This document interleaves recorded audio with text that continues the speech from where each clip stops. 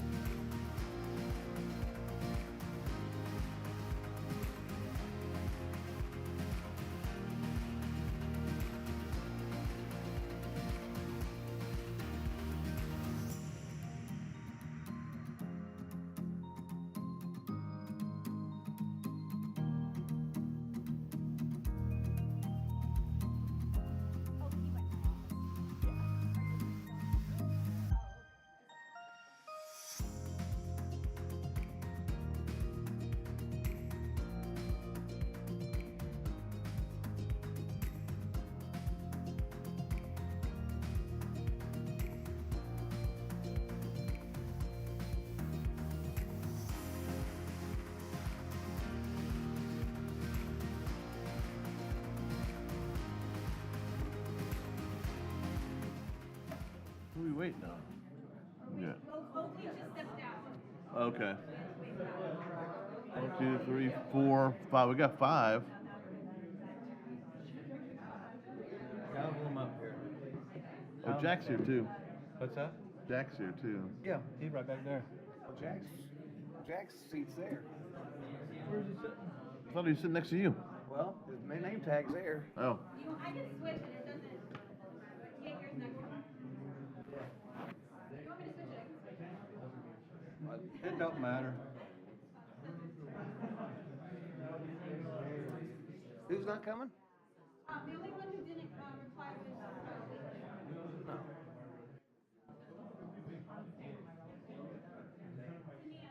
Scott must not have wanted to come. Oh, I should be over here. My gavel. That's what They got me all mixed now. They got me all mixed. That's why you're all mixed up.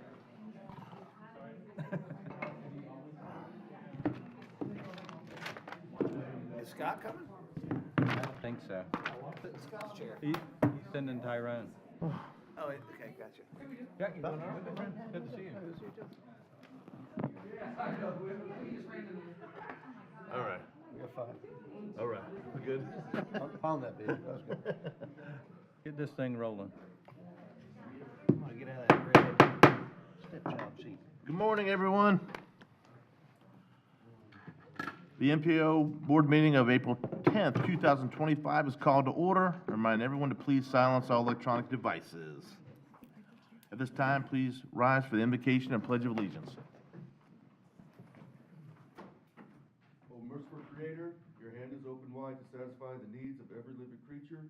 Make us thankful for your loving providence and grant that we, remembering the account that we must one day give, may be faithful stewards of your good gifts. Amen. Amen.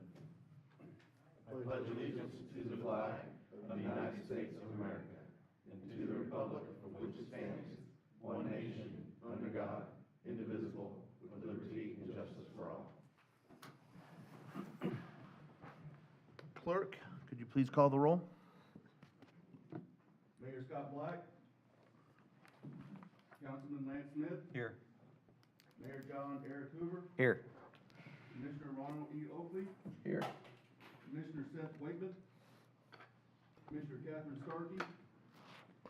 Commissioner Lisa Yeager. Here. Commissioner Jack Mariano. Here.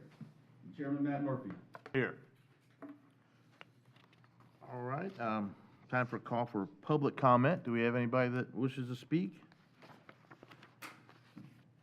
Anybody call in? All right, seeing no one, we'll move past that. Move on to our action items.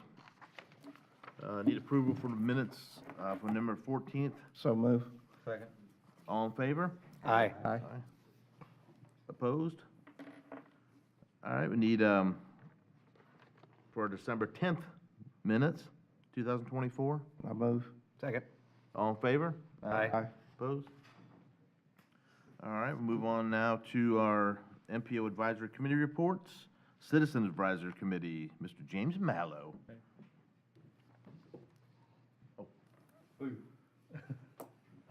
Hey, good morning, everybody. Thanks for having me here. I am the CAC chairman this year. We had a meeting, the Citizens Advisory meeting was held on April 2nd at 9:30, and we did not have a quorum. So what I'm going to describe to you or explain to you is there is a couple times here where the people that were there liked an idea or didn't like an idea. I think they liked most of them or all of them. But we didn't have a quorum to vote. And one of the first things we had was to approve a citizen on the committee, which we were unable to do because we didn't have a quorum. And again, the minutes were not approved either. So the report on the MPO board actions was presented by Ms. Tania Gorman. Thank you very much. The MPO Executive Director. She provided an update on the February MPO board meeting and reviewed the board meeting minutes, MPO Advisory Committee reports, voted in a new CAC and a TAC member, and had safety performance target discussion provided by Urban SDK, micro-mobility, micro-mobility, say that 10 times fast, everybody. Traffic counts and strategic plan presentation. Florida Turnpike update with a request from Commissioner Mariano for a park and ride on Ridge Road. Thank you for that, by the way. We went on to the fiscal year 2025 through 2029 Transportation Improvement Program, which you'll hear responded to as TIP amendment, a request by the Florida DOT. The Florida DOT District 7 requests an amendment, again, for the 2025-2029 transportation improvement to add a new project at the intersection for intersection and operational improvements, traffic pedestrian signals, crosswalks, lighting, and other safety features at the intersection of US 301 and Wire Road, north of the city of Zephyr Hills. Again, the CAC advised that they felt this was a good project to include in the TIP, but there was no vote due to lack of quorum, again. We moved on to Pasco County Safety Action Plan Development Task Order approval. The Safety Action Plan is being developed by Pasco MPO in response to significant population growth, increased vehicle miles traveled, and a rise in fatal and serious injury crashes. Once finalized, the publicly available plan will support both short-term countermeasures and long-term transportation planning, ensuring safety is a key factor in the future of multimodal project design and investments. Again, there was no vote on that, but I believe we like that. Transit Development Plan Phase 2, in collaboration with Go Pasco, the Pasco MPO is working on the Transportation Plan TDP to create a vision for how the transit operation system will engage with the transportation system over the next 10 years. Again, there was no vote on that, so we couldn't move forward, but we seem to like that as well. So regarding status reports, the Florida Turnpike Enterprise Suncoast Parkway Planning Design Environmental Study, or the PD&E study, at State Road 589 south of Van Dyke Road to State Road 52, milepost 13 through 29. Mr. Greg Moore, FTE project manager, provided an update on the Suncoast Parkway Planning Design and Environmental Study. He presented an overview of the study, indicating that the following PD&E phase will proceed with design process. The primary drivers for this project include current conditions of traffic volume and projections for the 2050, for the year 2050. The project's goals are to alleviate congestion, well, thank you for that, enhance safety, improve travel time and reliability, and optimize emergency response through increased capacity. We'll go on, skip over a couple of things, but the State Road 54 interchange is also undergoing proposed improvements from its current design to enhance the capacity in collaboration with Pasco Metropolitan Planning Organization and the Florida Department of DOT. District 7, planning is underway for a trail crossing over 54 to prevent potential future conflicts, which I'm in favor of. The enhancements at Ridge Road will involve improvements both left and right turn lanes, as well as a multi-use path on the north side. The southbound sweeping right turn will be integrated into the intersection to reduce turning speeds. Discussions emphasized how these changes would enhance safety for cyclists utilizing the Suncoast Trail. Moving over to State Road 52, enhancements would include the additional turn lanes, improved signal operations, and enhanced pedestrian features on both the north and south sides. A trail overpass, again, very good. A trail overpass bridge at 52 was discussed, though it was noted that this element will be part of a separate project and not included in this current presentation. Regarding Rangeland Boulevard, which a lot of people are talking about, FTE has been collaborating with the Pasco County throughout the PD&E study to assess the feasibility of an interchange at Rangeland, which could be interdirectional. Rangeland Boulevard would span over the Suncoast Parkway, while the trail would pass underneath and cross at a signalized intersection. The overall footprint of the project is projected to cover a little over 10 acres.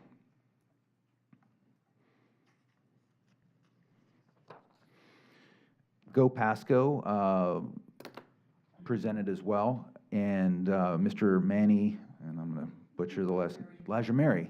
Do we know Barry? Come on. Manny, right. Sorry. All right. From Go Pasco, provided an update on the recently adopted operations analysis. Go Pasco is currently working on implementing the recommendations outlined in their study. Again, they're almost done with phase 1. They want to start phase 2, and that's what they were talking about. And the final outcome of phase 1 and phase 2 will be in the comprehensive 10-year transit plan for Pasco County. Our next meeting will be April 30th, 2025, and we will be meeting at the One Stop Shop in Dade City. Do I have any questions? Thank you, everybody. Thank you. Thank you, Mr. Mallow. Next up, we have Technical Advisory Committee, Ms. Cynthia Spidell. Good morning, Cynthia Spidell. We met, so a lot of what we did is mirrors what we just heard, so I won't go into too much detail. We met on April 2nd. We actually added a couple of alternates and a new member to it. Scott Ferry will give more details about that. But the advantage of having some alternates is that you can at least meet the quorum. So even if they can't vote, it's always helpful to have alternates. So it's always good when people want to participate. We did voted on a tip amendment for 301 and Wire Road. And one of the things that came up is the Technical Advisory Committee wanted to make sure that there were crosswalks on all segments. No one could really answer that question at the time, but we just wanted to make sure that we got that on the record. Then, yeah, we talked a lot. We got a presentation from the Florida Turnpike Enterprise, which I think is going to happen today, on the improvements for the veterans from south of Van Dyke Road to 52. And Go Pasco had asked for the opportunity to talk about park and rides. And so that's kind of an ongoing discussion, and the DOT sort of emphasized that they'd like to make a holistic approach to where logical locations would be for park and rides. And with that, that was it. Our next meeting is on the 30th of April, and thank you very much. Thank you. Bicycle and Pedestrian Advisory Committee, Mr. Brian Michaels.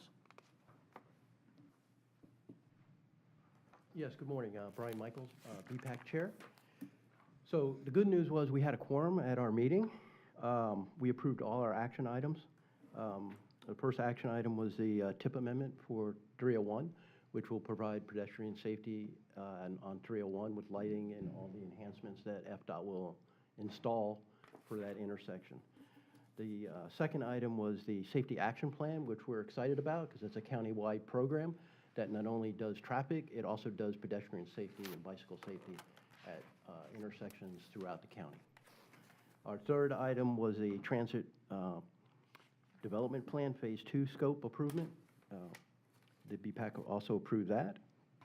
And we did get a presentation from Florida Enterprise on the new intersections or upgrades to the intersections that are going that are planned for probably 2030.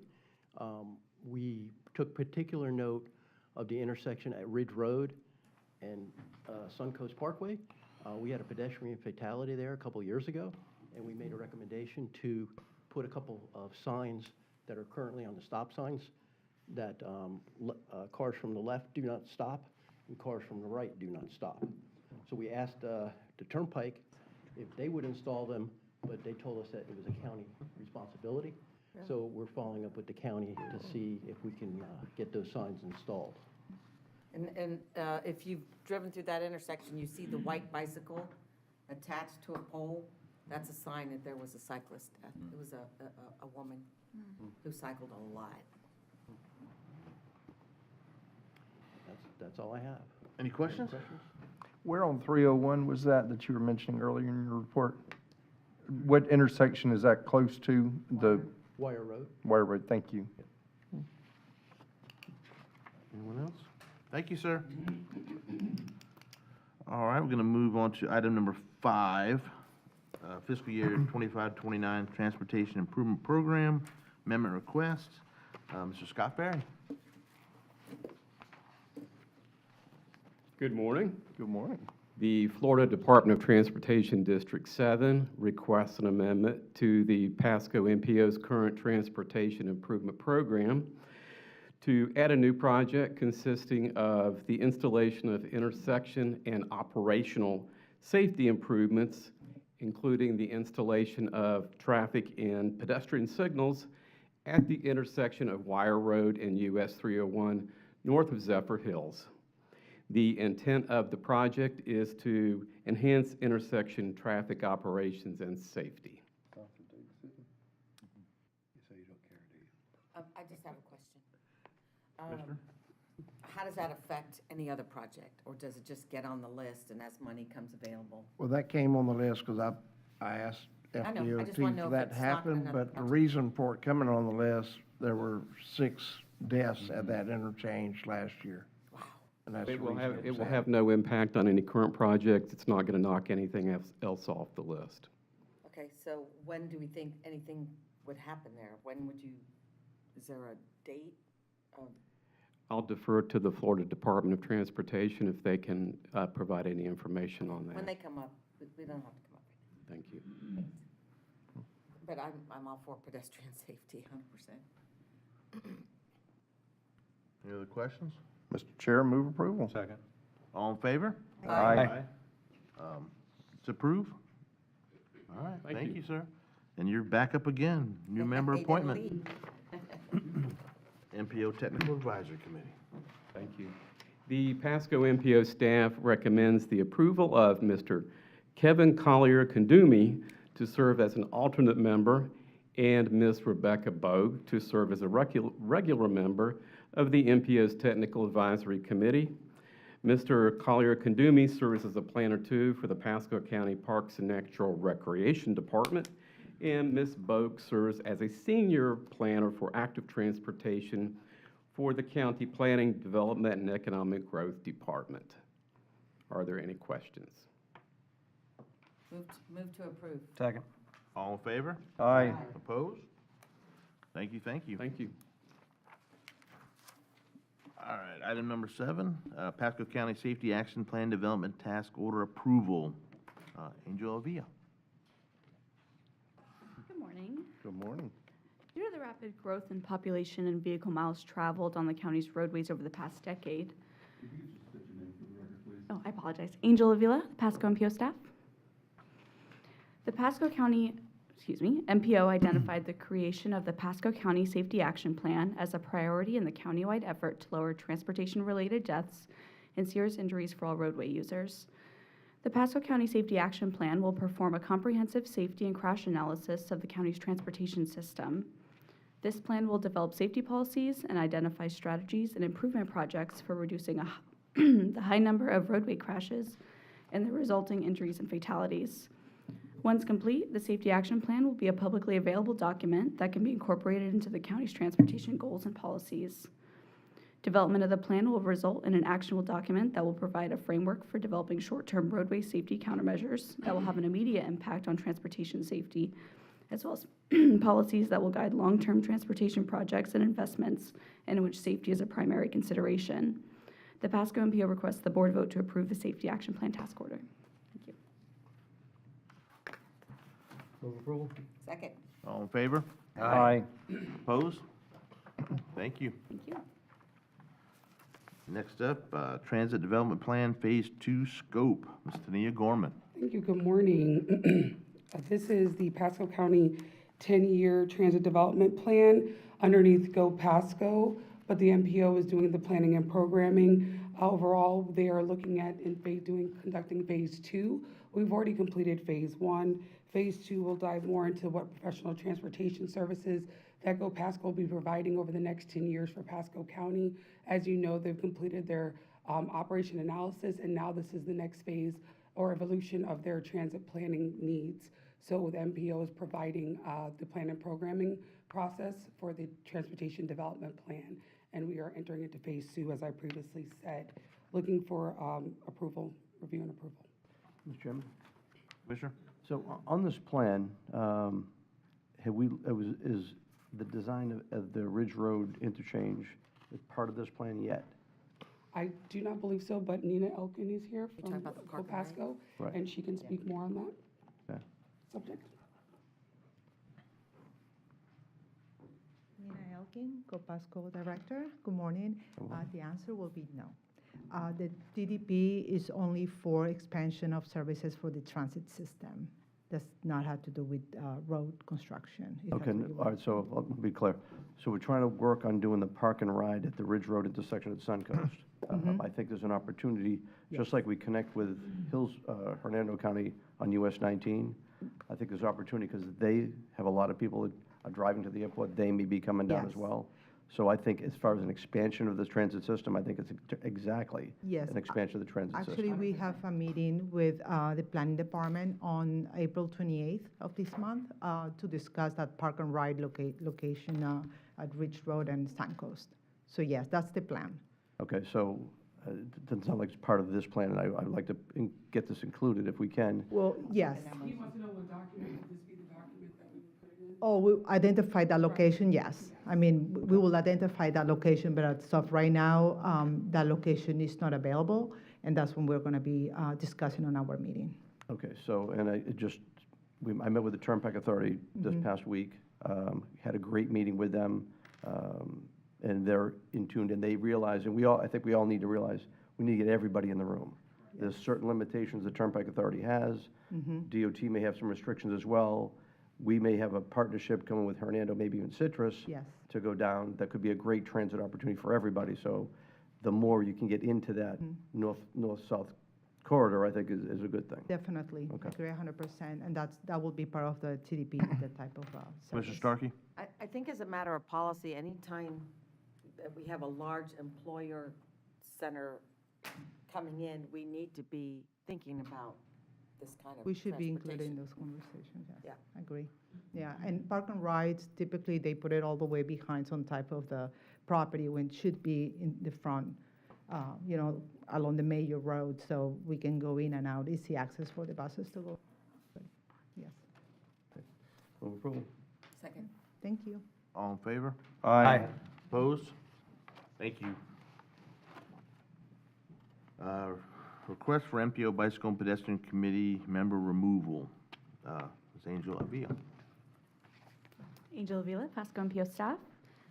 The chairman of the Pasco MPO Bicycle Pedestrian Advisory Committee has submitted a request for the removal of Dennis Cagle, the District 5 representative, from the BPAC due to insufficient participation in the meetings. Mr. Cagle has been absent from 9 meetings over the past 12 months. The Pasco MPO is requesting that the board vote to approve this removal.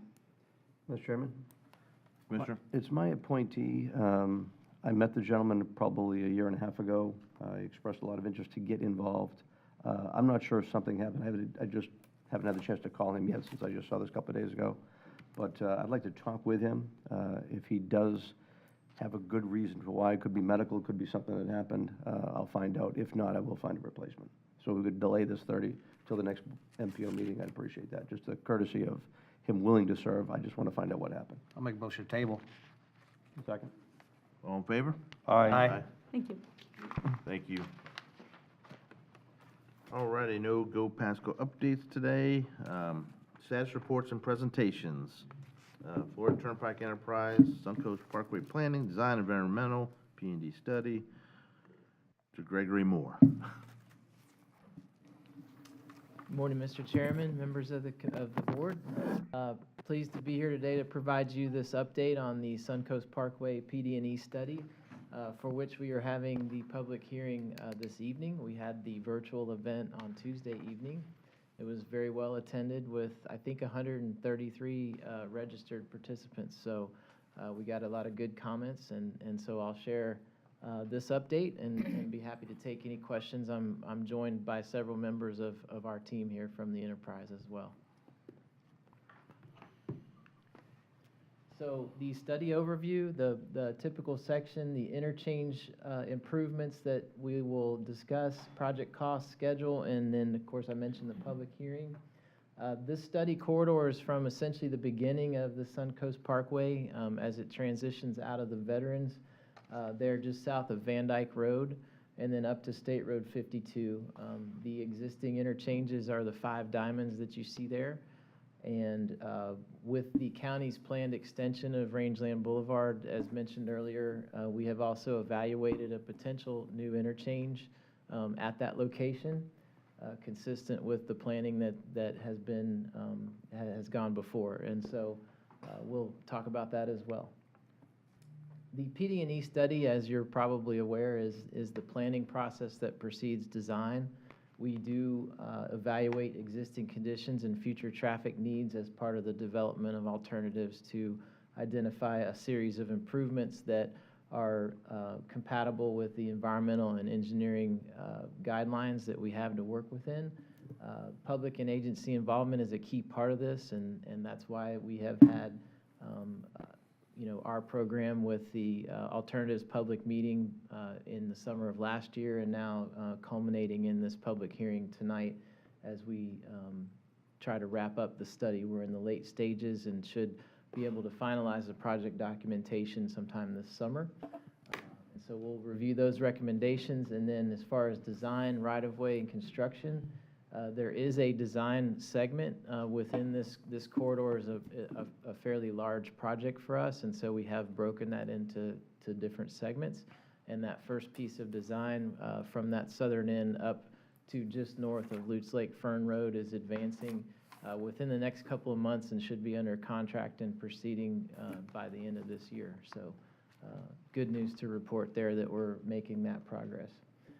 Beyond that design phase, there's currently no. I'm sorry, can you say when you're going to be done? I was distracted. So the study will complete this summer, and on the heels of that first piece of design within that southern piece from Van Dyke up to just north of Lutz Lake Fern, essentially all within Hillsborough County, but that's the first piece of design.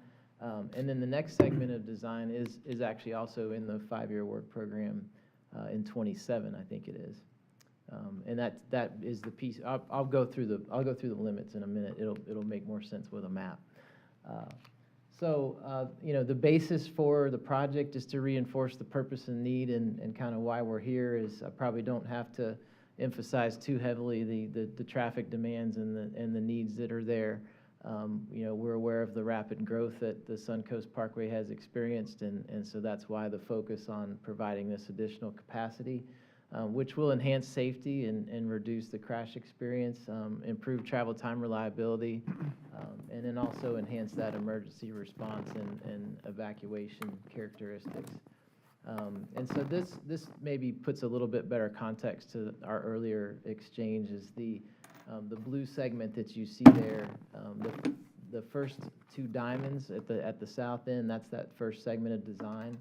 And then that next piece that's just north of there will kind of complete that blue segment up through the 54 interchange with that next segment of design. Today, that's a 6-lane need. We're aware that the parkway is only 4 lanes, and so we are experiencing that pressure. And because this expansion will take several years to develop and design, and then through construction, we're going to take it straight to 8 lanes, which meets that 2040 need that will come by. Everything that we look at for the project is based on a 2050 horizon, and so everything that you see here with the interchange improvements and the typical sections that we're proposing are to meet that 2050 traffic need. But in terms of the rest of the corridor north of 54, the 6 lanes that you'll see proposed should get us through until that 50-year horizon with a need that starts to appear in 2030. And then north of Ridge Road, 2035 is where we start to trip that need for 6 lanes. So the existing Suncoast Parkway, as I mentioned, it was constructed with the initial 4-lane capacity. It was actually permitted for 6 lanes, so the stormwater ponds and the median was deliberately left wide enough to accommodate that widening to the inside. However, the 8-lane need that is there in the south will have to be accommodated by not only filling in the median, but also expanding a little bit to the outside too, to provide that additional capacity. And what year was that, the proposed? Was that 2040? The need is for the 8 lanes, it's in 2040. Yeah. And so that should move through. And of course, the programming for construction is outside that 5-year window, but constructing the 8-lane will get us to that point. And then the segment to the north is really kind of on script with the earlier planning that was done, which is to provide that 5th and 6th lane by the inside widening you see there into the median. You're showing 6, Go where's the ahead. 8-lane model? Yeah, so this is the piece to the north that's only 6. So we got part that's 8, and then it goes north of You're not 50. showing us the 8-foot one? Yeah, the 8 is here, so that's the blue piece, if you remember the big map. So how wide is it from, you don't show the, how wide the green space is going from what to what? The edge of the pavement to the, to the fence or whatever. Yeah, that's true. That dimension is not shown there because it kind of varies a little bit. Okay. But the, the distance between the roadway and the trail is going to be maintained at a safe offset, and so there are a few adjustments to the trail alignment where needed to introduce that additional space there. Yeah, but the overall corridor kind of varies between 300 and 400 feet in width, and so the roadway doesn't quite take up that much room, but yeah. So and you might see the subtle difference here with the 8 laning. We're taking the entire median, introducing a barrier wall, and there's no grass left in there because we wanted to maximize that space. And then consistent with the original planning, there will be a grass strip retained within the median of the 6-lane portion, which may accommodate some future needs down the road. So to focus on the Pasco County interchanges, given the setting here today, we'll start with State Road 54. I'll run through the existing locations, and then we'll talk a little bit more about Rangeland Boulevard. So at State Road 54, we did complete an operational assessment that included a number of different interchange configurations. Part of what else is going on with this location is that as you're aware, the county is working in cooperation with DOT District 7, I think, to implement a grant-funded pedestrian overpass here. And I so, wish it was grant funded. Yeah. Oh, I thought that was grant funding that came through. No, sir. Okay. It's penny for Pasco. I probably funding. shouldn't be, Citizens of Pasco are paying for that. shouldn't Don't get me be, started. yeah, my misunderstanding. But the point really, the reason we wanted to share this image is that, we have coordinated with that project. We're aware that it's coming, and the future improvement footprint has accommodated, that pedestrian bridge so that, with any luck, that it will not be impacted by the future construction here at 54, which will increase the turn lane capacity, both from 54 onto the Suncoast as well as the ramps. Another bit of good news I can share is that the southbound off-ramp from Suncoast onto 54, where we're recommending the second right turn and the third left turn lane, that was identified as part of a program that we have to try to advance some kind of low-hanging fruit improvements that provide tremendous operational benefits, and this is one of those that we have put into that program. It's called our TSM&O, Transportation Systems Management and Operations. So what you see there with the southbound off-ramp, that will actually be implemented before the rest of the improvement. So that's coming near term. Yeah. I experienced that intersection this week going to the Gen X ribbon cutting. I went north to go south, and I sat through 2 cycles at that light to try, and then I ended up figuring I'd do a U-turn on 54, but that was not a good idea.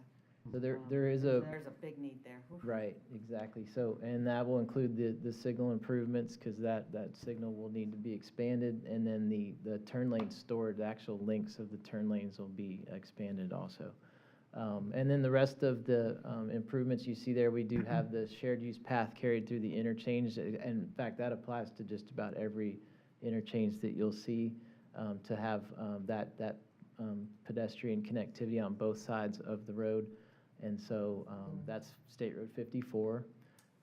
A rendering, and this is courtesy of DOT District 7 and Omar and that team being able to provide the rendering. That is actually just a rendering and not the actual improvement. It looks pretty realistic there.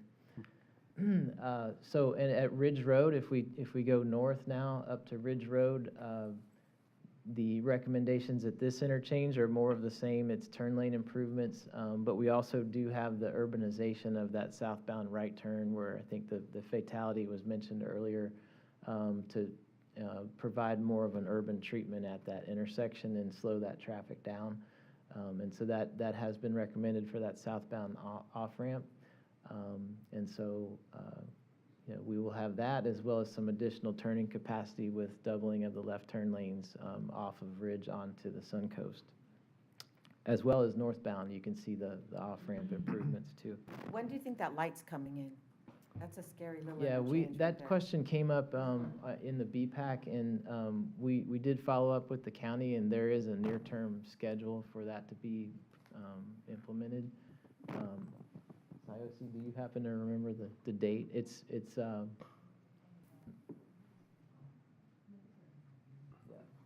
We can, it's near term. In planner speak, it's like right away, but. Good morning, members of the board. Nick Uren, County Engineer. It's a county project. We are ready to go. Design is finished, permitted. We're ready to award the construction contract. We actually need an agreement with FTE to allow for the installation to occur. Once that agreement is done, we advertise and we build. So soon. Thank you. Yeah. Thank you. Thank you, sir. I do know that signal poles are hard to come by. There's only 2 manufacturers in the country, and last I heard, it's like a 16-week lead time to order. So even if they could go tomorrow, it'd be 4 months or so before they could get the poles. Okay, so I'm supposed to only share good news, but that's so at 52, we do have again the diamond interchange forms that are remaining, but the off-ramp turning capacity, and then a little bit of geometric change there to the southbound on-ramp from westbound or eastbound traffic getting onto the Sun Coast. That's been kind of tightened up a little bit, and that is to accommodate the future pedestrian overpass. And this is actually a different picture than the previous one. It is at State Road 52 where that would be installed there with the previously misunderstood grant-funded project that's not grant. We'll try. So, but and I do believe that the district's very close to having the plans finished so these are all moving ahead. I know there's been coordination with us on the implementation of these. Okay, so Rangeland Boulevard, we kind of put this one at the end just to be able to give it the attention it deserves. As far as the enterprise goes, we are, I think I used the word agnostic at one point during the committee updates to the interchange. We have planned for it. We're happy to put it in if that's the local decision that ends up being made. But the widening improvements can go with or without, and it really doesn't change the mainline capacity needs for us. But these are the criteria that we require as we coordinate with local communities. There's been a lot of focus put on this over the years.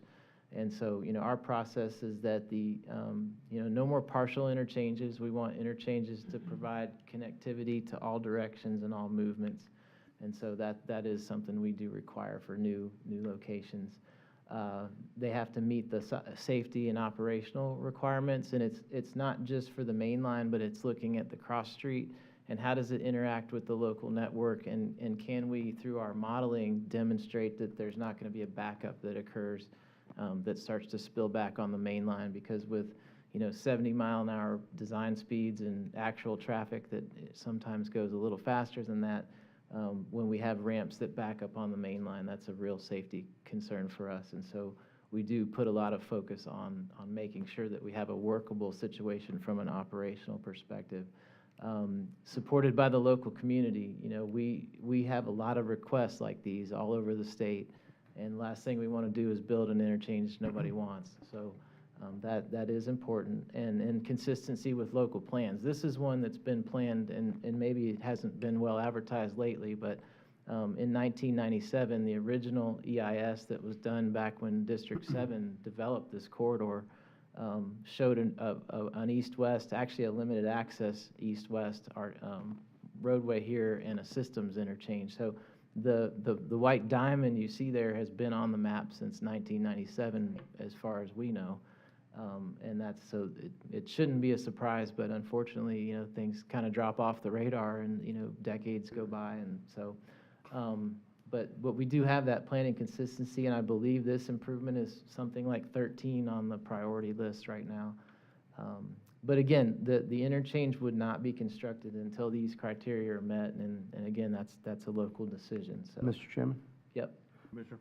So, Mr. Moore, so going back to that point, and back to 97, I don't know what the criteria was as far as, one of the things we talked about in our meeting was when you have an interchange, you want to have like a 6-lane connector both ways.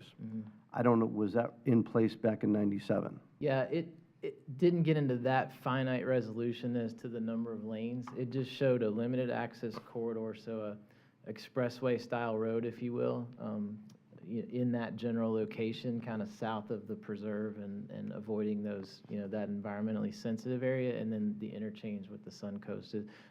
Planning it, it was more of a dot on a map at that point, with an assumed width of the corridor and a footprint for the interchange. So after our conversation, I thought it was something, obviously, we've talked about many times here, we're looking forward to it.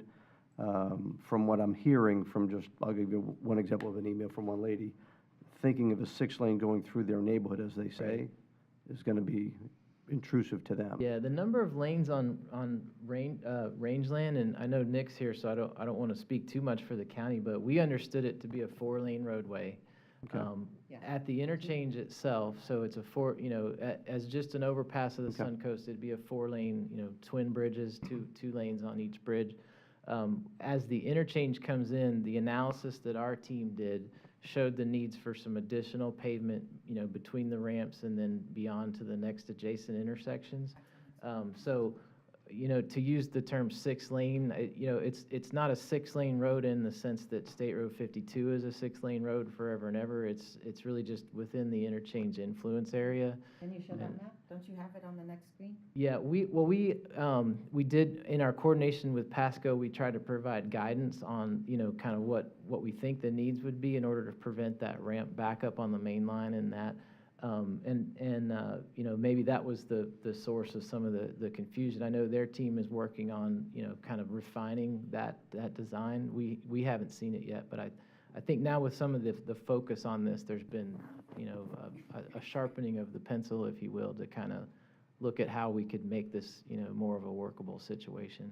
So I think you're hearing tonight, that explanation probably will go a long way to help. Yes, yeah, and we kind of have deliberately, like on the next graph, so this is what we're showing is, our focus has been the interchange. We have incorporated the rangeland alignment, as we understand it, and it does show in this area because our concept design was, we wanted to show what we analyzed, and so you will see, that is a 6-lane footprint through just this portion, but the adjacent intersections off the map to the west and off the map to the east, that's the logical place where that could be dropped back down to 4. And so, yeah, it's kind of TBD, and we don't have control over anything except the Suncoast and those 2 intersections you see there. So I think that conversation with your county staff is still ongoing, and again, the timing of this, this section is not funded for design yet, and so it's already outside that 5-year window. So, we do have time to get this worked out if there's desire to advance it. So, I wish I had better answers today, but. That's good. Yes, ma'am. Thank you, Mr. Starkey. My understanding, you own most of this land already. Yeah, so the acquisition, and I think this, so the acquisition is shown there shaded in yellow, and that's a 10-acre piece of property that's not owned by the enterprise or the county. I think there's an additional portion kind of within the infield of the loop ramp there that might be county-owned that would need, it's under some form of public ownership, but it's not ours. And so I think that total actually was revised up to 18. Because that yellow should be a little bigger, but it should come further inside the ramp. I think this slide, the slide you'll see tonight, if you attend the hearing, shows 18.2, I think, 18.8. And how does the east-west trail go through there? So the east-west trail, on rangeland itself? Yes. I think it's on the south side, or is it on both sides? Michael's going to have to bail me out here. Just Currently, my understanding is that the trail's on the north side. No, well, it's on the south side right now. Well, in this part of the concept, it would continue across the Suncoast Parkway on the north side. So at that light, people would, At the light, yes, so they would cross at the light, at the crosswalk. the west side light? Yes, correct, the west side light, yes. So that west side signal is where you would have the east-west crossing, as well as a crossing and a connectivity with the Suncoast Trail. Okay, my active transportation planner, is that Rebecca back there? Rebecca, is the trail on the north side or the south side of the current Ridge Road extension that's under contract? She left? Nick? Where's Nick? Is the trail on Ridge Road on the north or south side of the Ridge Road that's under construction? Because right now it's on the south side of the current Ridge Road. This is my problem. Are we talking about Rangeland or Ridge Road? This is Rangeland Boulevard. Oh, I'm sorry, you're right. Okay. I'm sorry, I messed up. We are hoping to move Yeah, the I trail. need to go back to the Ridge Road one. We are hoping through this corridor, and we're working, as they noted, we're working on the Rangeland Boulevard corridor while they're simultaneously working on the Suncoast Parkway corridor, and we're trying to coordinate our efforts. But on our side, we're trying to put the trail on the south side of the intersections to avoid conflicting with ramp activity. Yeah, but I do think he's right. I think on Bexley Boulevard, the trail is on the north side, which is rangeland in Bexley. Correct. Yeah. Yeah. Okay. Can you go back to the Ridge Road one? Ridge Road, let's go back to Ridge Road. Right here. Okay, Yeah, so we we have a do- trail. We carry it through the north side. Yeah, and I misspoke earlier. Yeah. I thought we had, Trail's on the south side of Ridge. So how's it getting through there? you say the trail that is, the east-west trail along Ridge is on Yeah, the it's south on side? the south side. How's that Okay. getting through the intersection Yeah, I'm gonna need to follow up on that, because our intent was to, was to convey it through the interchange in the most expeditious way Yeah, just possible. Please take a So look if at that needs to flip-flop, we'll have to change it. Okay. Yeah. Presumably. Right, Nick? The Yeah. trail is on the other side. Yeah. Yeah, thank you for pointing that out. Yeah. Okay. So we'll make that adjustment, we'll look into that and adjust it. Yeah. So, and I don't think I've covered the details. So this is the concept that we have developed, should the future rangeland interchange move forward. The loops are in the north two quadrants and serving both north and southbound access. What was kind of motivating this, and I kind of walked through the details with the TAC, but because 54 to the south is relatively close by, having this ramp configuration kind of maximizes that spacing between the two interchanges.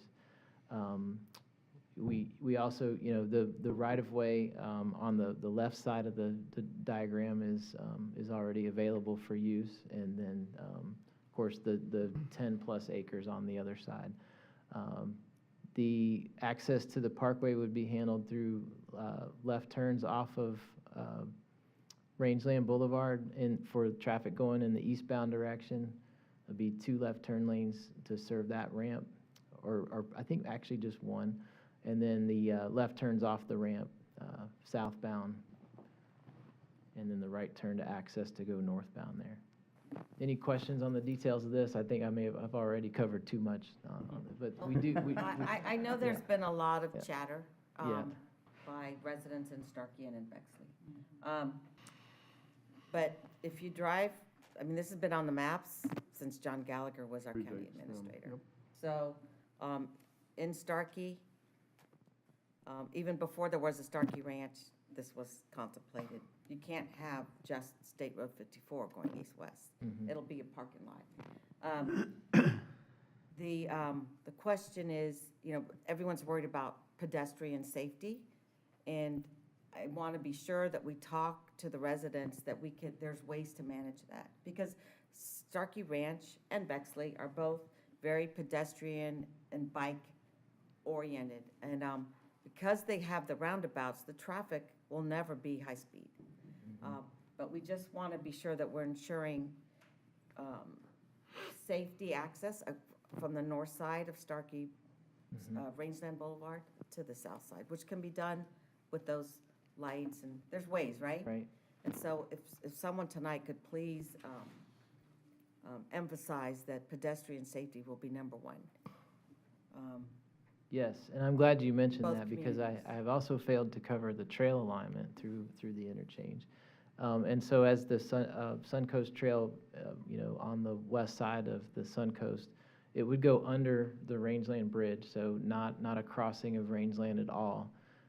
It would be looped around, and we've actually provided a design there that's kind of cyclist-friendly, so that not a bunch of sharp turns, but more of a meandering curve around, and then a crosswalk at the signal with the ramp is how the trail is conveyed through the project, and that's shown there in purple. So that's the treatment there. So another grade separation for the trail, which is positive. There was something else I was gonna say. We can come back if you think of it. Yeah. So the rest of the presentation is really just, it's more than just the design of these concepts. We do an exhaustive environmental evaluation under all of these factors you see here, looking at the cultural environment, the natural environment, physical, noise barriers, and all of that. And so the results of those analyses will be available and presented tonight at the hearing. The evaluation matrix at this stage in the project is always the preferred build alternative compared against the no build, so that we can emphasize the nature of the project impacts, and you can see those there. We have a little bit of wetlands, not much of an effect on the natural environment in general. Most of those wetland impacts are actually with the Rangeland interchange, so if that's in that loop ramp area.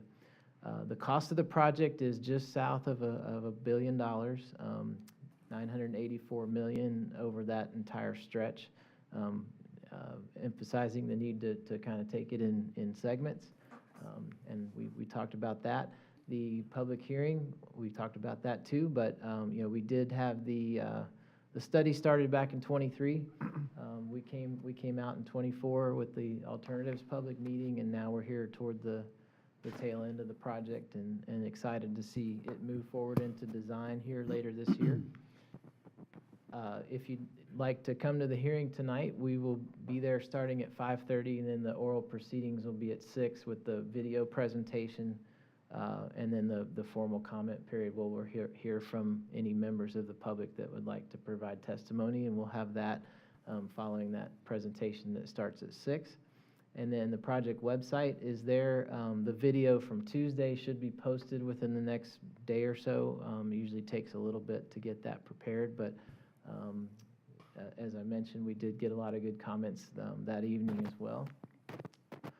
And then our contact information, I think you know Sayosi, he's here quite often. Me, maybe not so much, but lately quite a bit. So appreciate this opportunity and happy to continue with any other questions.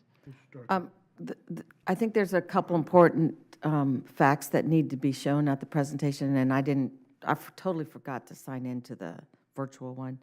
One is the projections for State Road 54, and what happens if we don't do this, how that road is going to function. And I think we should have examples of pedestrian light, the lights that are activated by cyclists or pedestrians when they're trying to cross a road, potential ways to make it safe for kids and whomever to be able to cross Rangeland and Bexley. Okay. That could be added. And well, you all know you're I know that wouldn't be Suncoast, but if someone. Yeah, it sounds like the county's team is working on another concept, and I think there's a near-term event that they're planning for that. But I mean, these would occur inside Starkey Ranch, around some of the traffic circles, and somewhere inside Bexley, maybe between the north and south side of Bexley Boulevard. But I think if there's a lot of traffic on the road, we're going to need some kind of pedestrian-activated light. We are, actually, it may have been at your suggestion, but we are going to be prepared tonight. We've got someone from our traffic team coming that has a perspective on the diversion, and I'm going off memory, but I want to say it was high 20s in percentage diverted, so At with least. rangeland, the traffic on 54 goes down by 20-some percent. I think it was like 27%. Yeah. But we'll have that. We'll have those numbers tonight too. Not presented officially, but the team will be there to address that with folks. Mr. Chairman? Commissioner? So working with this, I know years ago when we looked at setting up our urban service corridor, we added this stretch of land at Bexley going north, all the way up into Shady Hills, which I'll talk about in a second. Part of that was the understanding this network was going to be built. So as far as like for our growth development, we wouldn't have allowed all those people that are probably in the audience tonight to be there if we didn't know we were going to need to build this road and had the capacity to go build a road. So it is part of our network. Leading to that, I hope our staff will be there tonight to help you if that comes up. And if I could, I'd like to now talk about years ago, we looked at an intersection at Cruz Lake. Denton Avenue goes all the way across, turns into Platinum, hits into a bridge at Shady Hills area. And that bridge, Turnpike Authority looked at it a few years back. And from our great meeting we had the other day, found out the reason why they didn't put the interchange there or even contemplate it further, there wasn't enough land around it to make it happen. But in the conversation, as we looked at the map, we found out that if we're a little bit to the south, we're closer to where Hudson Avenue is, where a lot of industrial land is, et cetera. If it connects to Hudson Avenue, that Hudson Avenue connection can go all the way out to 41, which is another east-west provider, which for down the road when 52 gets packed, now it's going to be another reliever and probably save the intersection improvements that you're spending everywhere else on 52 as well. So working with that, I appreciate your looking at that. I know you're looking at that now, but you may see that coming back to us at some point down the road. Somewhere in here? Yeah, if you took Hudson Avenue, go straight across. Yeah. There's like room around that whole area where the Suncoast is. We're going to have to move as we redesign Shady Hills Road, which is to the side. That's going to get moved out to the side. But as we redo that road, which I'll talk about at the end of the meeting when DOT's here. But if that road moves to the side, there'll be enough room to put that in, and that'll be a great reliever so that all those trucks that are from Gary's Plastics, et cetera, can now get on the road from there instead of going down 52, cutting around the road, save a lot of congestion as well. So, but again, I just want to thank you for the great meeting that we had, and looking at it, I understand better what you're doing and appreciate working with you on the park and ride. Yeah, likewise. Thank you. Anyone else? All right. Thank you, sir. Appreciate it. All right, next up, FDOT update on US Highway 41 and 54 intersection. Mr. Craig Fox.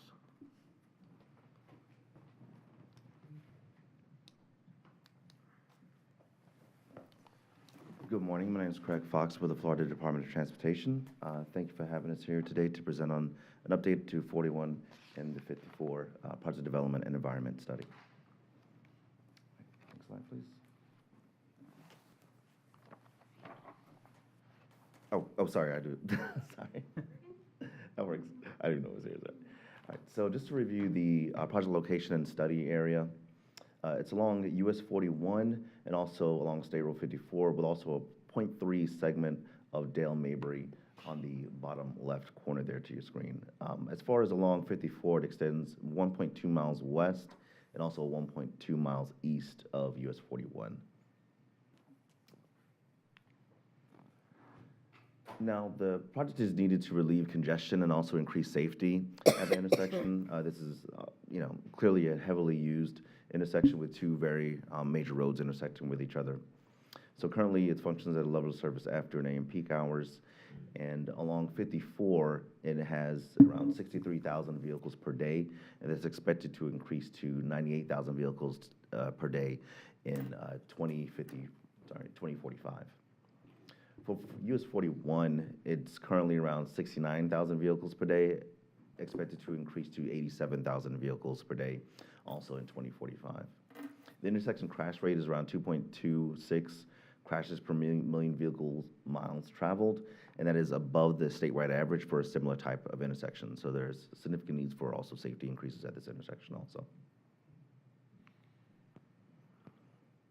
US 41 and 54 are also important regional connectors within Pasco County. They do function as emergency evacuation routes, and it is also part of the FDOT's strategic intermodal system, and that's shown there in blue. So it goes along Dale Mabry, connecting to 41. It also goes east-west on 54 as far as the SAS connectivity. Now I'll review the existing typical sections, first starting with the image on the top right, which is US 41 looking north. Existing, you have 3 lanes in each direction, and there's also a 6-foot sidewalk on the east side of the road, and there's also the CSX Railway on the west side. For State Road 54, we're going to look eastbound in that image on the bottom right. That also has 3 lanes in each direction with 4-foot bike lanes on both the north and south side of the road, along with 6 to 8-foot sidewalks on both the north and south side of the road. Oh, is that right up, is the trail right up against the road? This is the existing typical section. Oh. So there's existing sidewalk along 54. Oh, yeah, 54 is less. Now we're going to look at the preferred build alternative. First starting off with US 41. This is again looking northbound on US 41. So you have, continue to have the 3 lanes in each direction, and I do want to preference that this is a typical section. This is a little bit unique how this is an intersection PD&E. Normally you look along a corridor, so of course there are turn lanes that do widen the footprint when you get close to the intersections, but just typically that's what we're looking at here with these images. So you still maintain the 3 lanes in each direction. We do widen the bike lanes to 7 feet on each side of the roadway, and also have a 10-foot sidewalk on the west side of the road, and also maintain the 6-foot sidewalk on the east side of the road. For State Road 54, we do have the grade separated portion, because the preferred alternative does have State Road 54 going over US 41. So we have 2 lanes in each direction, grade separated along with 10-foot outside shoulders, and then you also have 2-lane frontage roads in both directions. And then you also have 6-foot sidewalks on both the north and south side of the road. I do want to note that there were bike lanes that have been added on throughout resurfacing projects along the throughout the timeline. So that's kind of why we don't show them necessarily in this concept, but in the design we will be adding the bike lanes to be consistent with existing conditions. And this is also the proposed bridge that will bridge not only US 41, but also the Lowe's Village Lake intersection to the east. So you're bridging over 41 and then also the Lowe's intersection. And there'll be signalized intersections underneath those intersections. But again, you have the 2 lanes in each direction along with 10-foot shoulders on the bridge typical section.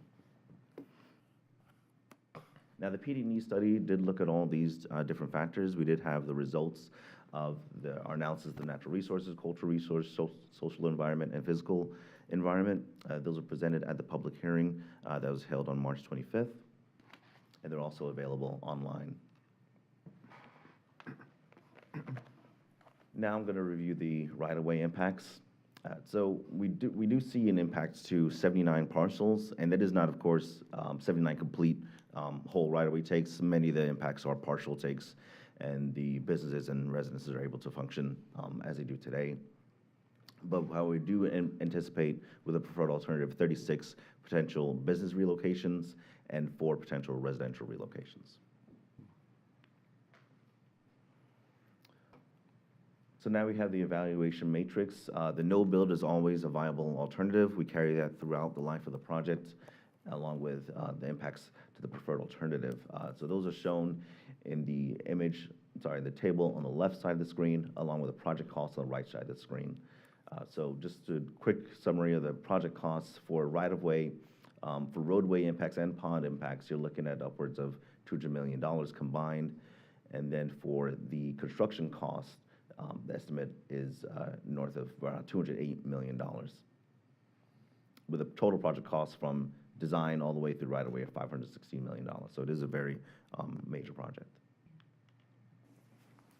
So during the public engagement that we had leading up to the public hearing, we did some small group meetings with communities surrounding the intersection, and we did receive quite clear feedback about some concerns, a lot of it due to access.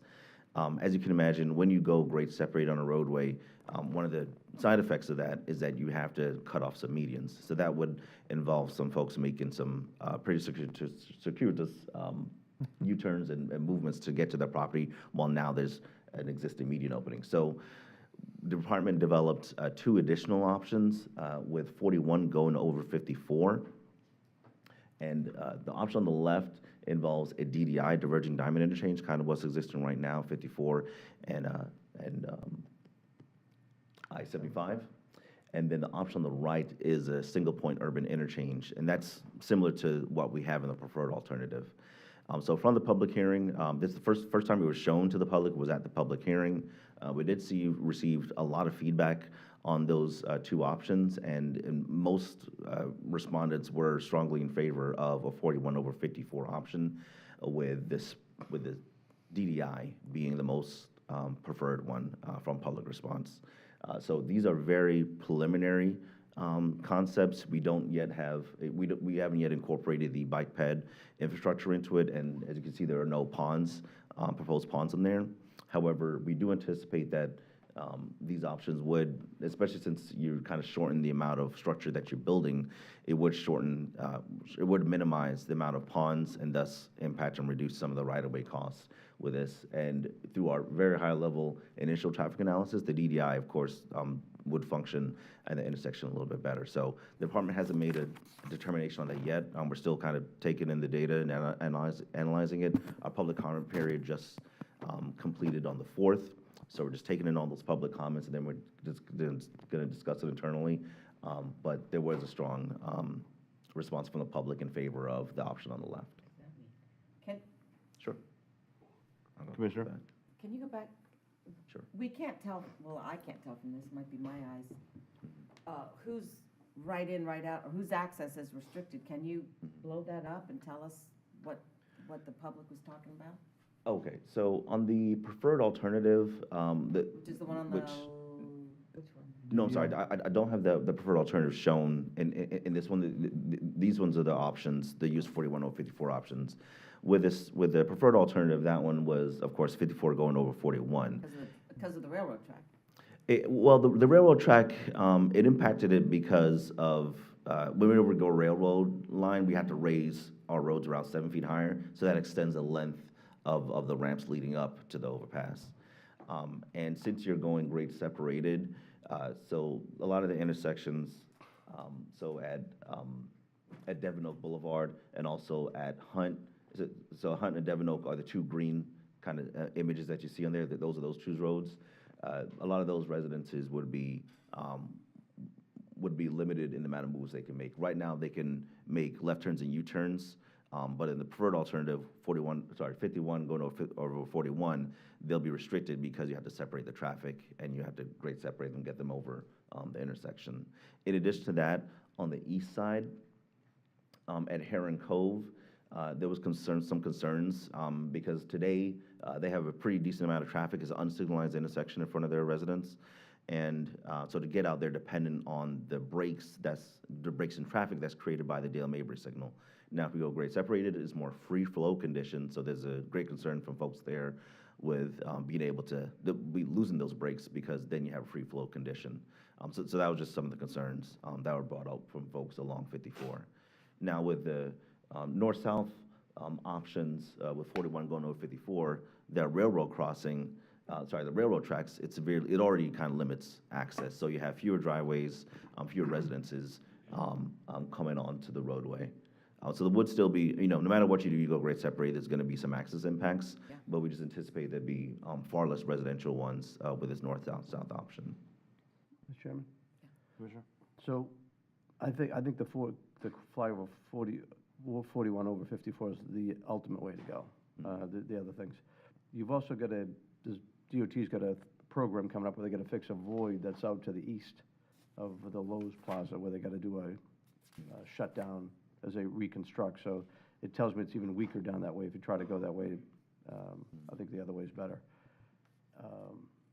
So I'm glad you're looking at that. I think diverging diming works great wherever I've seen it, so I think that's a great way to go. If that works better, so be it. But I think the other way, 61 businesses, that's a lot of business to put out of work. And however we can minimize that, the better. And I think that northern way is definitely going to be, I would like to see the number of businesses comparison to how much is going to shut down going one way to the other way. It would help.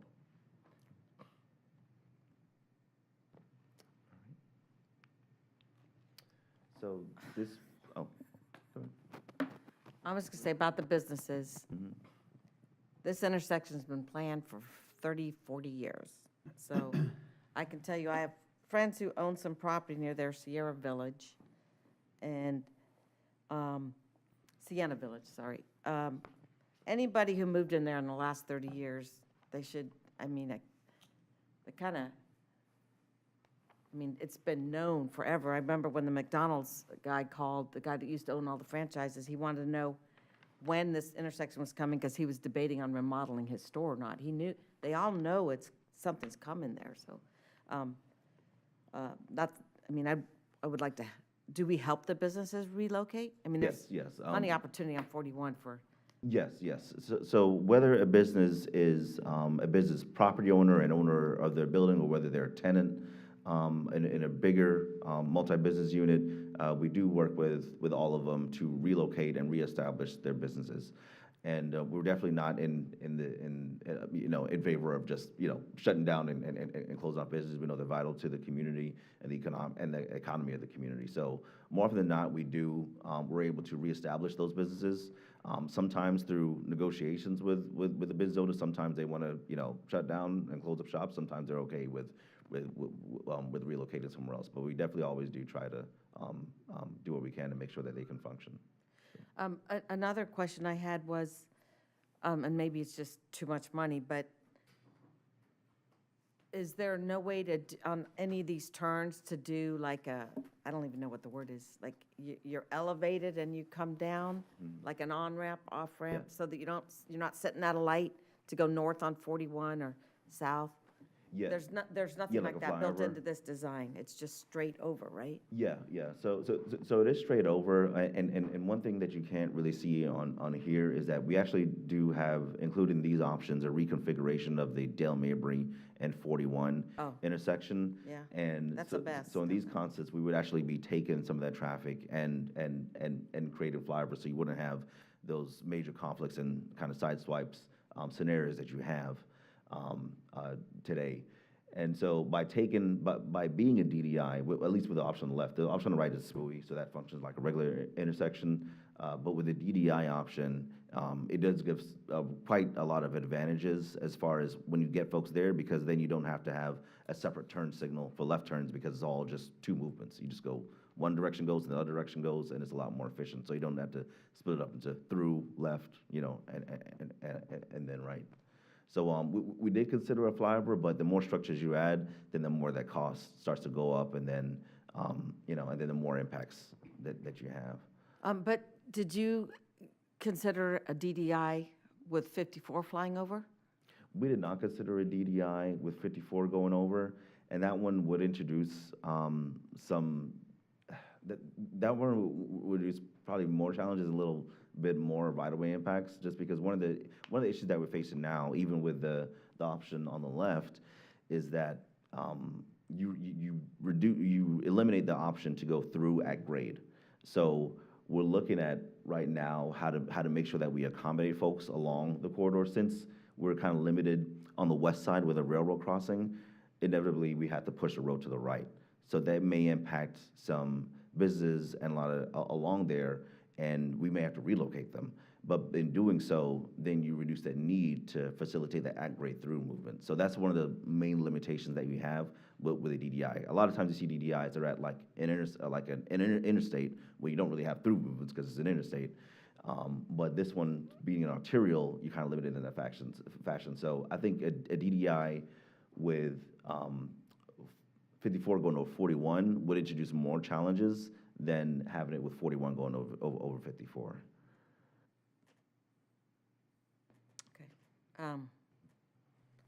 I'm kind of surprised that you're still thinking of other alternatives. I mean, when are we going to put this baby to bed? Yeah, so I'm glad you asked that question, and trust me, the department, we want to get this thing done and built too. One thing I do want to note is that although, we are talking about, looking at additional option, as far as from a PD&E study perspective, we're increasing a little bit of the impacts on the southwest side with, extending further south on 41. But as far as the impacts along 54 and also north of 54, we're reducing those impacts.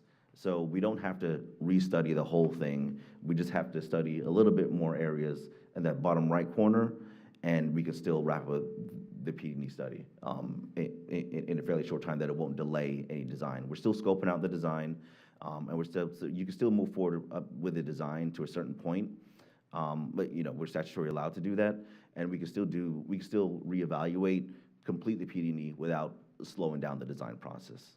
So one last thing, Jack and I and some others were up in Washington, D.C., and we went around to our federal delegation, let them know about this project. And I know last year you, FDOT tried to get was it a build or a raise grant? I don't know what it's called right now, for 52.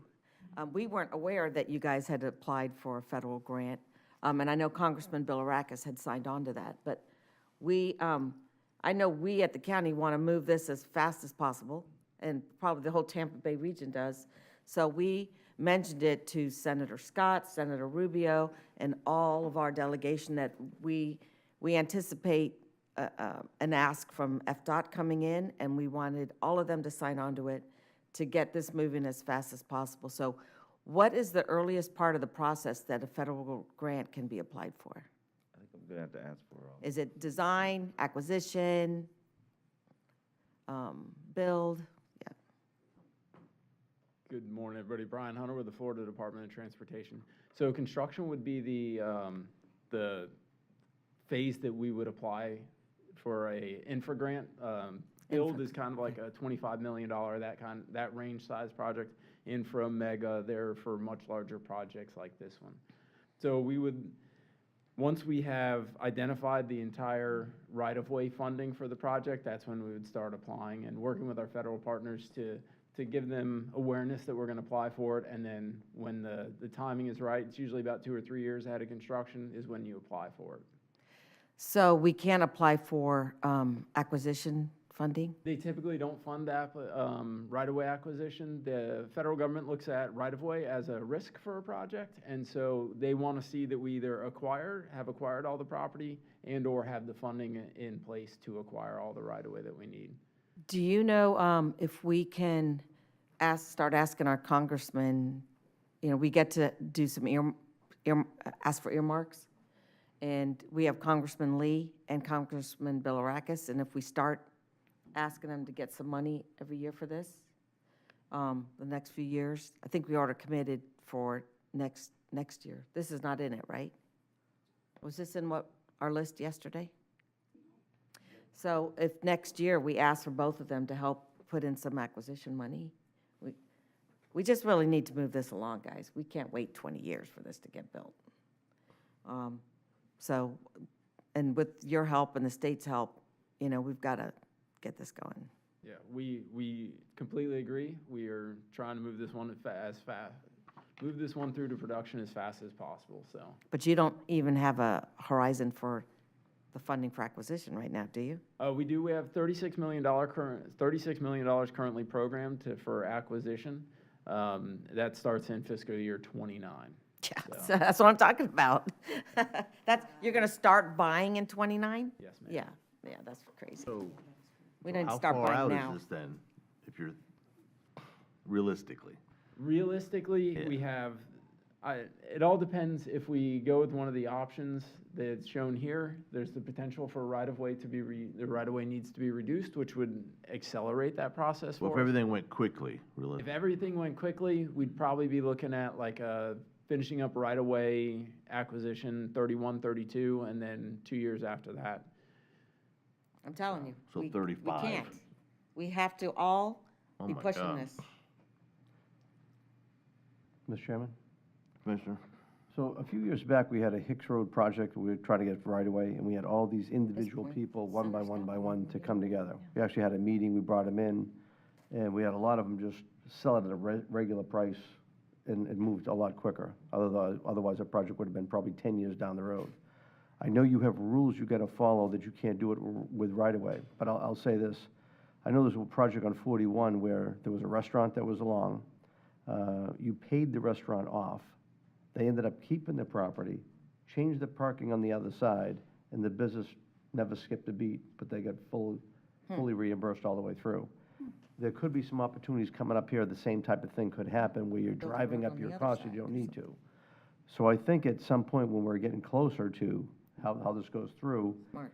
you're gonna be able to set up offers for all the people initially, and they can contest or not contest.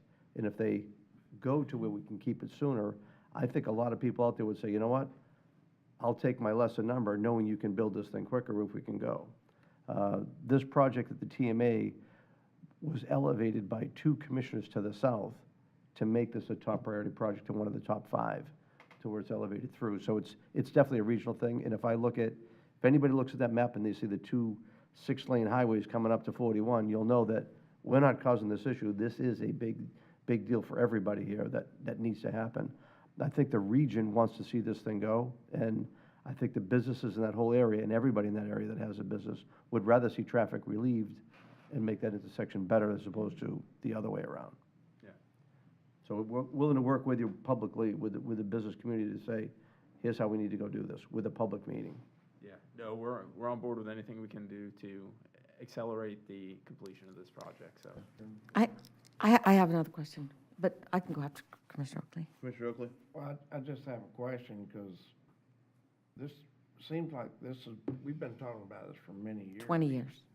And we should have had that ask for a grant or help to get a grant for FDOT prior to now. Because right now, they're telling us they don't want any other projects on those lists for this next year. Who? Rouse, our asking list. You mean asking Bill Arrakis and Congresswoman Lee? Yeah. They set us for a certain number, but this is not included in those. No. Yeah, that's why I'm bringing that I don't up. have a problem it being included, but I'm not sure they would accept it, so. Well, Bill Arrakis said he didn't want anything to be added, so it would be Laura Lee. So I have a question. We signed on to a funding for a big regional project twice. The last one that Pasco County supported was the West Shore interchange, I believe. This is to you, maybe. Where did that money come from to do the West Shore interchange? That funding came from the CIS Capacity Improvement Program. And this is part of the CIS, right? We do have a portion of the CIS that is dedicated to the interstate, which is where a lot of that funding came from. And yes, this is part of the CIS, so it would be eligible for CIS funding. So is that separate from the money you said you have set aside right now? So That some be a of the different money that pot? we have set aside is from the CIS funding. The CIS is funded a little differently than our typical work program. So we do a 5-year work program for all of our projects, but the CIS is a 10-year work program. So we have the first 5, which is incorporated into our work program. And then the second 5 is the longer lookout, because those are usually very expensive projects like this one. And so this is currently funded in the second 5. It's just not a legislatively approved work program project, so we don't call it funded. It's in the funding program for the second 5 years. And for our new people here, could you explain again what the CIS is? It is the strategic intermodal system. It is the network of roads that is the most important for moving people and goods in the state of Florida. It is legislatively limited to a certain mileage. And so it's those roads that are the most critical for us to make sure that we have those mobility options for people and the movement of people and goods throughout the state of Florida. Okay, so since you said it's not legislatively approved yet, is that something we need to do here, is get this legislatively approved, and then we can get some more money? How we typically do that is, as we add that new 5th year, the projects that were in that second 5 SIS program, they just work their way into the work program. The second 5 is a little more of like our long-term planning, so that we know where the SIS capacity dollars are 75% of our capacity dollars in the state of Florida. So we plan those a little bit further out, just so that we have a better understanding of what the funding horizon looks like on those last 10 years. And are you, when we're talking about this, is this District 7 SIS money or state SIS money? The SIS is planned at a statewide. We do go to them with our priority projects, of which this is one of them. And what is your, can you tell me the top 5 on your list right now? In District 7? Yeah. We got a bunch of them funded, so I know that this one is. We have. This is not funded, so it's. No, we got a bunch of them recently funded. We've had really good success. We have been able to show a need like we are with this So one. which ones did you get funded? Not to So put you on the West hot Shore spot. Interchange, the downtown interchange, the interstate capacity just north of the downtown interchange to Hillsborough Boulevard, and then also the express lanes on 275 south of the. So Howard all of them Franklin. are in Hillsborough County. Pinellas County as well. So When's the last time Pasco got one? I believe we have some significant SIS money on the 52 corridor project. Well, we were unable to get any, we sent a letter while I was chairman last year to support the grant that would actually. For make that part of 52? Both those parts, one. And we didn't one get it. project Yeah. Instead of 2, but it did not go through. It did not go. And we also had SIS money on the 56 I-75 interchange, the reconstruction of that. So. Well, is there anything we can do legislatively to push this along a little quicker? We typically don't get involved in legislative requests. Okay. And so. We'll ask someone else then. That's okay, I got a person I can call, so. Huh? I have a person I can call. Yeah, me too. Mr. Chairman? Mr. Chairman? Thanks. Hey, Brian, would you come back up for a second? So a few years back at the TMA, we made the West Shore interchange a top priority for the TMA. And that got built within like 3 years. It got started, funded, et cetera. So this then replaced that one. As that got off the list, this got into the top 5. From the projects you just mentioned compared to what was on that list, it seems like we're not getting Right. this funding where we should be in line 2 projects ago. So yes and no. So we have to, when we do our funding allocations, regardless of the local priority list, we have to allocate the funds commensurate with the population of those counties over a time period. And so Pasco County is getting your fair share, I will say, when last time I looked at that. And it's just a matter of, there's only so many of these big, massive projects that we can undertake at any one point in time. You know, we have to space them out a little bit. This is one of the next, big projects that we'd like to see move forward, and that's why it's in our SIS second 5-year. So, as you say, like, we don't have the population to get the clout that Hillsborough's got, but I got 2 6-lane roads from Hillsborough coming up to my county, to this intersection. I mean, this should be a Hillsborough problem, not a Pasco County problem. And when Pinellas County can't go east-west either, because we're the only east-west corridor up there, we're carrying the burden, and our people are sitting in the traffic from the south and the other side coming across. Yeah. So if the TMA, like I said, 2 counties to the south of us made this a top priority object, just like West Shore, we should be getting this thing done a lot quicker. Yeah, like I said, we'll do everything we can, and there may be some opportunities for us to leverage some of those, the TMA priority funds. We get a small pot, but, I think this is one of those projects that anything we can put to it earlier is going to be better off for us. And so even if it is a couple million here or there, we can definitely take a look at that and see if we can leverage those funds. So I would like this presentation done. We've got our Tri-County meeting coming up. Tri-County And meeting, I right. want every Agreed. commissioner to from Pasco there, because we need to have this conversation, how we gonna need to elevate this up, letters of support, and I think regionally, we're all talking about working together, this is something regional together. If it takes the trips to DC, we've hired Ballard as a partner, and I think working with even whoever the other counties have, if it takes a DC trip or two to get this rolling, to get extra money in here, because it is a regional project, then we need to make that happen. It's not a Pasco project, it's regional. And, I mean, I'm a little city of Newport Richey, but I have to travel that road and go across, and I can't imagine what it's gonna look like in 10 years. Exactly. With 1 million people projected to be in Pasco. I mean, that Forget just. Hernando, don't forget Hernando. Yeah, and Hernando too, so I mean, it seems like everybody should be getting in a room on this one, having a little summit and getting this done, in 5 years. It's, that important.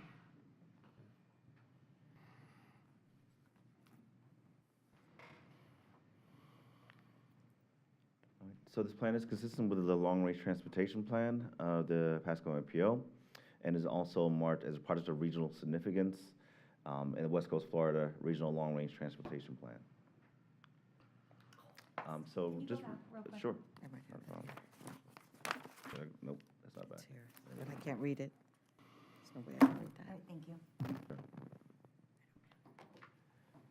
So just reviewing the project timeline, FDOT did have a public hearing in December of 2015, and afterwards it was put on pause as FDOT, along with Pasco County, went forward with the Pasco Vision 54-56 study. And then FDOT, there were 4 alternatives discussed within that study, and of course the no-build. And FDOT had a public workshop back in 2016, which the preferred alternative was the selected alternative. That's my birthday. Oh, nice. And then FDOT then had public hearing back on March 25th, and at that hearing, we also, introduced the 2 options that we have today. So this is where we are in the process. We're anticipating finalizing documents summer 2025. Now, if we do go forward with the option, that will delay that a little bit, but I do want to note again that it's not going to hamper the design from moving forward. We're currently scoping out the design so that regardless of which option is selected, we still move forward with that. And we're going to move forward with that. Even though we don't have all the funding finalized, we want to make sure that we have the design ready enough that we can quickly move forward once that funding does become available. So that summer might change depending if we go with one of the other options. So we had the public hearing on Tuesday, March 25th. The in-person session was at the Land O'Lakes Lakes Recreational Complex, and we also had it simultaneously online via GoToWebinar. It was well attended. We had around 156 in person, with around 120 online, with a total of around 276 individuals. We also had 56 comments via the project website, 10 mailed. I got 2 more this morning, so that's 12 mailed, along with 40 comments at the public hearing. So here's my contact information, along with the project website, and if there's any more questions, I'll open the floor to them now.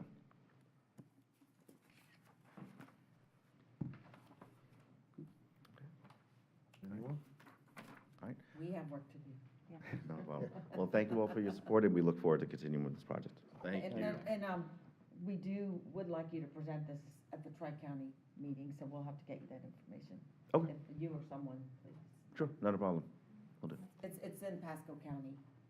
Is it May 2nd? It's coming up. I think it's at Starkey Cultural Center. Okay. You said May 2nd? Yeah. There's- Okay, May 2nd. Friday, May 2nd. Will do. Thank you. All right. So on to other business. Next meeting for MPO is going to be on Thursday, May 8th, 10 a.m. in Dade City. Does anybody have anything else before Yes, we? I have a nomination for the BPAC. Please, I'd like to nominate Mrs. Allison Crumbly to the BPAC committee. Second? All in favor? Aye. Aye. Opposed? Welcome, Ms. Crumley. And I'd Get a like- woman on there. I'd like to talk to Brian for a minute. So Brian, and I want to thank you for the relationship we got. You guys do a phenomenal job, so I want to know, but it's tough for you to know exactly what's going on in the county. I know you're working on County Line Road. Can you tell me where we stand with funding for that and progress with that? So the design right now is currently underway for basically Mariner to the east to the Suncoast. So we're designing that as a 4-lane facility. We have right-of-way estimates for that piece, and we're working with both counties to identify funding sources for, we've got a strategy in place to fund the right-of-way that would require some money from each county, but we're able to leverage that in basically a 2-to-1 ratio. So it'd be, 10 million from the 2 counties, and we'd end up with 25 with the different programs that we have that would allow us to complete the right-of-way acquisition for a 4-lane facility. And so that would be, like 27, 28, I think is the year that I have some tucked away money that we can get that done, and then we'd be looking at construction 2 years after that. Okay. And on Shady Hills Road, I want to get with you guys, is that something you guys are going to be building with us as well, or is that just kind of? I'm not aware of any Shady Hills Road, but I can look into it and see if we are. Okay, because we're going to definitely need some help to shift the road to make that work for down the road. Okay. And if you would, keep an eye on the, there's an intersection at 52 in Colony Road. Also, it's like, there's a median right now at Parkwood. Fire trucks have to like swing around. We watched people the other day swinging around. I've got right away from in front of a Dunkin' Donuts that's there, and another, I think it's a Dollar General that come into that road. It's a Vision Road connecting. I've got a lot of homes coming up, and I need to get that as a priority to kind of like look at safety, et cetera, coming up. So I was just looking at this. We have a resurfacing project that's coming through there. At Shadow Ridge right now is the full median opening. We're going to shift that over to Colony. Okay. And we have a traffic warrant signal analysis going on right now to see if there's a justified for a signal at Colony. So we should know in the next month or so what that's going to do. And if it doesn't meet that threshold and we need some additional development information from you, I'll reach out to your office to make sure we get that so we can factor that in. All right, because I think with the developments that we have coming in, et cetera, plus we're looking at connecting that road going up, it's going to be definitely needed. Otherwise, it's going to be it's very dangerous right now anyway. It's going to get a lot worse, and there'll be a lot more risk a lot more safety issues that we have to deal with. So I'd rather do it now, so I appreciate you working with us all the way through. Yeah. Mr. Starkey? I have a question. I know you don't have it, but if you could get me the information. Could I see the planting rules you have under your power lines, please? Yes, I can get that for you. Thank you. Just email it to my office. Will do. And then No, there was something wire- else. Tania, was there something else that you and I talked about that I was going to ask? I think you covered the grant, you covered 5441, and, yep, you did your list. Okay. All right. And I know there was a question earlier about when Wire Road is going to construction. That project should be advertised and selected in September, so 2 to 3 months after that is when we'll see dirt being turned, so end of the year. That'd be good, thank you. I just want to jump on what Jack said too about what road? Colony? No, Parkwood? that one too. No, not Hayes Road. Shady Hills? County Line? Shady Hills. Shady Hills. So there's a bunch of schools on Shady Hills Road, and there's no sidewalks either. And we have lots of new developments going, and it's kind of like a death trap. So But I think those developments are adding sidewalks. they are, but Not the enough. whole, We gotta go all the way up. it doesn't connect. So, and then the other one, like you said with Colony, there's a new development. So when you're looking at that, please take in all the new development in consideration when you're doing that. Yeah, we typically do, but if we don't have that information, I'll reach out to your They're offices to literally make sure we using get it as it. a convenience store or something to get into onto the Yeah, road, like and a it's not illegal safe at U-turn all. type offer, so, yeah. Landscaping on 52. Oh, yes, that beautiful landscaping on 52. Okay. It keeps coming in and coming in, and you guys are going to maintain that, you told me. Yes. So how do we get that on State Road 54? In what segment? Any is segment. 54? And 56, the new extension that really could use something. 301 probably Yeah. is what she's talking about. I'll get back to you, on that one. Okay. I know that we are maintaining, we typically don't install No. landscapes and How'd that maintain it. Something must have fallen through the cracks on our end. We typically, install it based on a request from the county or the city, and then we install it and then pass it through the maintenance through a maintenance agreement. But, you know, if you want to talk about doing landscaping on 54 and 56, we can talk with your office about that, see if we can, we'd be more than willing to participate in the installation. It's the maintenance that is really the challenge for us long-term, because we don't have, our budget doesn't account for landscape maintenance. Yeah, there's a trail on 56 and down 301, and I talked to some of y'all when we cut the ribbon on the 301 trail, that if you don't shade them, they don't really get used in Florida. And so even if it's just some shade trees down the side that provide some shade, but it's too hot in Florida to get out there and really enjoy those. Yeah. If you have any particular locations, if you want to work with Tania or Nick and get that information over to me, I'll see what our options would be out there and see which, you know, native plant palette we can pick from out there and put something in that'll accommodate your needs. Thank you. Cool. Anyone else? Everyone good? Have anything before we go? All right, be adjourned.